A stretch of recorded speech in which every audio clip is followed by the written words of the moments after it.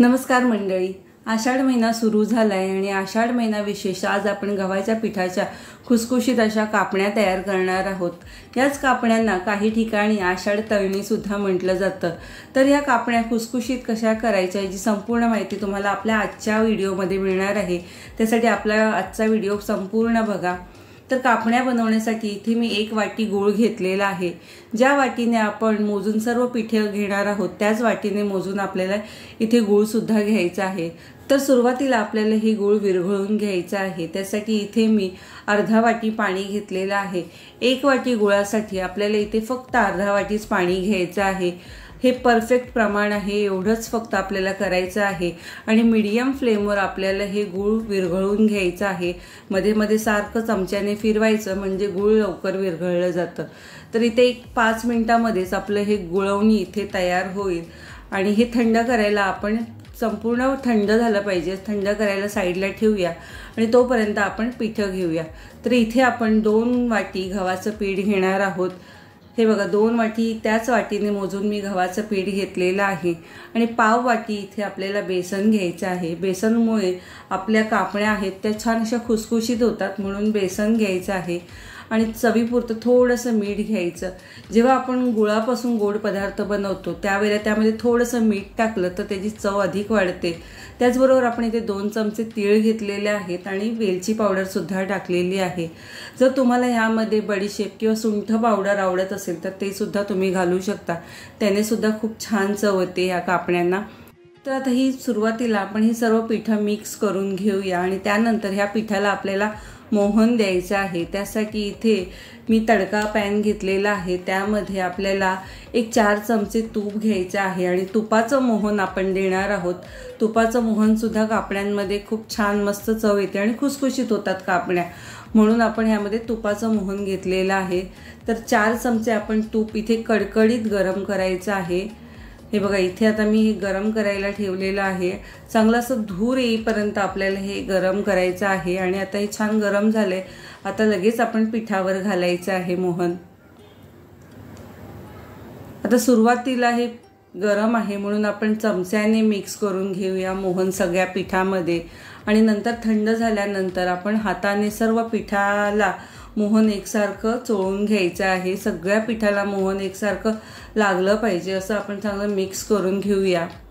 पिठाला मोहन घातल्यानंतर ही एक सगळ्यात महत्त्वाची स्टेप आहे। या स्टेपला आपल्याला घाई करायची नाही आहे। पिठाला व्यवस्थित एकसारखं आपल्याला मोहन लावून घ्यायचं आहे आणि या पिठामध्ये मोहन व्यवस्थित बसले की नाही हे बघण्यासाठी आपण या पिठाची मूठ वळून बघायची आहे आणि असं पिठाचा गोळा झाल्यानंतर समजायचं की मोहन मस्त परफेक्ट इथे पिठामध्ये बसलेला आहे। तर आता आपण जे गुळाचं पाणी तयार केले ते सुद्धा आता थंड झालेलं आहे आणि ते गुळाचं पाणी आता आपण गाळणीने गाळून घालायचं आहे, कारण गुळामध्ये थोडा कचरा किंवा खडे असू शकतात, म्हणून आपण केव्हाही टाकताना गाळूनच घालायचं आहे। तर थोडं थोडं पाणी सुरुवातीला घालायचं आहे। तर आता मी सुरुवातीला थोडं पाणी घातले आणि या पिठामध्ये मिक्स करून घेते। तर आपल्याला अजून थोडं हे पाणी लागणार आहे, तर आपण बघूया, थोडंसं पाणी पुन्हा घालूया। असं थोडं थोडं गुळाचं पाणी घेऊन आपल्याला हे कणिक घट्ट असं मळायचं आहे। आपण चपातीचं कणिक भिजवतो त्यापेक्षाही घट्ट असं आपल्याला हे कणिक भिजवायचं आहे।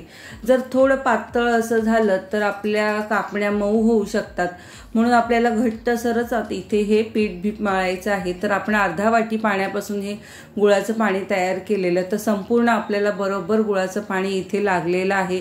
त्याबरोबर ह्या पाण्यामध्येच आपलं हे पीठ सगळं मळून होणार आहे। जर थोडंफार घट्ट झालं तर तुम्ही एखाद दुसरा चमचा इथे पाणी घेऊ शकता। तर हे बघा मस्त घट्टसर इथे आपलं पीठ आता मळून झालेलं आहे। तर आता हे पीठ बघा तुम्ही पाहू शकता, जास्त आपण घट्टही मळलेलं नाही आणि जास्त सॉफ्टही ठेवलेलं नाही आहे। अशा मधल्या स्टेजमध्ये आपल्याला हे पीठ भिजवायचं आहे। तर आता हे चांगलं पीठ मळून झालेलं आहे। तर आता हे पीठ आपण 10 ते 15 मिनिटांसाठी झाकून ठेवणार आहोत आणि हे बघा इथे आता 15 मिनिटं झालेली आहेत। आता हे पीठ आपण बघूया। आता हे पीठ आहे ना थोडं अजून घट्ट झालेलं आहे, कारण ह्यामध्ये तुपाचं मोहन घातलेलं आहे आणि गूळ आहे, त्यामुळे हे पीठ थोडं घट्ट झालेलं आहे। तर आपण हातानेच ते थोडं सैलसर करून घेऊया। जर जास्त घट्ट झालं असेल तर तुम्ही एखाद दुसरा चमचा पाणी घेऊन ते सॉफ्ट करून घेऊ शकता। तर आता ह्या पिठाचे आपण असे छोटे छोटे गोळे करून घेणार आहोत। चला तर लगेच आता आपण कापण्या बनवायला घेऊया। तर एक पिठाचा गोळा घेतलेला आहे, घेताना थोडंसं हातावर पुन्हा सॉफ्ट करून घ्यायचं आहे आणि ह्याची एक पोळी लाटायची आहे। आता ही पोळी लाटताना जास्त पातळही लाटायची नाही आहे, थोडी अशी जाडसरच ठेवायची आहे। जर पातळ लाटल्यात तर कापण्या कडक होऊ शकतात, म्हणून थोडी जाडसरच आपल्याला इथे पोळी ही ठेवायची आहे। तर अशी आपण पूर्ण पोळी इथे लाटून घेणार आहोत।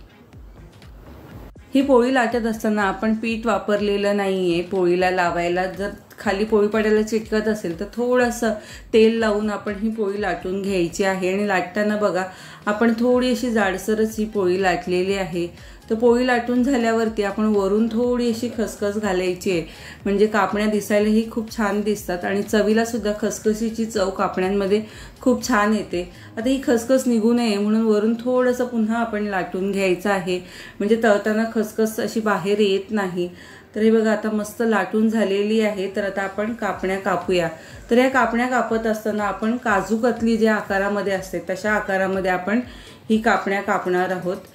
तर हे बघा एका बाजूने सरळ कापायचे आहे आणि दुसऱ्या बाजूने असं थोडंसं तिरकं करायचं आणि कापायचं आहे, म्हणजे मस्त काजू कतलीचा आकार येतो ह्या कापण्यांना। तर अशा पद्धतीने आपण सर्व आधी ह्या कापण्या कापून घेणार आहोत आणि नंतर आपल्याला त्या तळायच्या आहेत। तर एक्स्ट्राच्या ज्या अशा असतात त्या आपल्याला काढायच्या आहेत आणि नंतर पुन्हा त्या लाटायच्या आहेत। तर बघा आपण मस्त अशा या आकारामध्ये ह्या कापण्या कापलेल्या आहेत। तर हे बघा इथे संपूर्ण आपल्या कापण्या आता इथे कापून झालेल्या आहेत। तुम्ही बघू शकता आपण केवढ्या जाडसर ठेवलेल्या आहेत, जास्त जाड्याही नाही आणि जास्त पातळही नाही ठेवायच्या आहेत। तर इथे कापण्या कापून झालेल्या आहेत आणि एका बाजूला तेल गरम करायला ठेवले। मध्यम आचेवर आपल्याला इथे ह्या कापण्या तळायच्या आहेत। गॅसची फ्लेम जर हाय ठेवलीत तर कापण्या आतून तळल्या जाणार नाहीत, आतून कच्च्या राहतील आणि त्या लगेच लाल होतात, कारण गुळाच्या आहेत, ह्यामध्ये गुळ घातलेला आहे त्यामुळे त्या लगेच लाल होतील। म्हणून मध्यम आचेवर आपल्याला ह्या कापण्या इथे तळायच्या आहेत। हे बघा मस्त एक 5 ते 6 मिनिटांमध्येच आपल्या ह्या कापण्या एकसारख्या सोनेरी रंगावर छान अशा तळल्या जातील। हे बघा मस्त असं सोनेरी रंग आलेला आहे एकसारखा। तर ह्या आपल्या कापण्या तळून झालेल्या आहेत, आता आपण काढून घेऊया। तर ह्याच पद्धतीने आता आपण बाकी सुद्धा कापण्या तळून घेणार आहोत।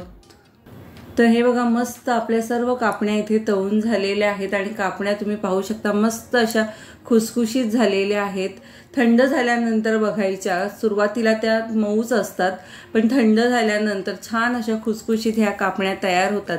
तर तुम्हाला आज आपण बनवलेल्या आषाढ स्पेशल कापण्यांची रेसिपी कशी वाटली हे व्हिडिओमध्ये मला नक्की कमेंट करून सांगा आणि व्हिडिओ आवडल्यास नक्कीच आपल्या व्हिडिओला जास्तीत जास्त लाईक करा, शेअर करा आणि आपल्या चॅनलवर नवीन असाल तर आपल्या चॅनलला सबस्क्राईब सुद्धा करा।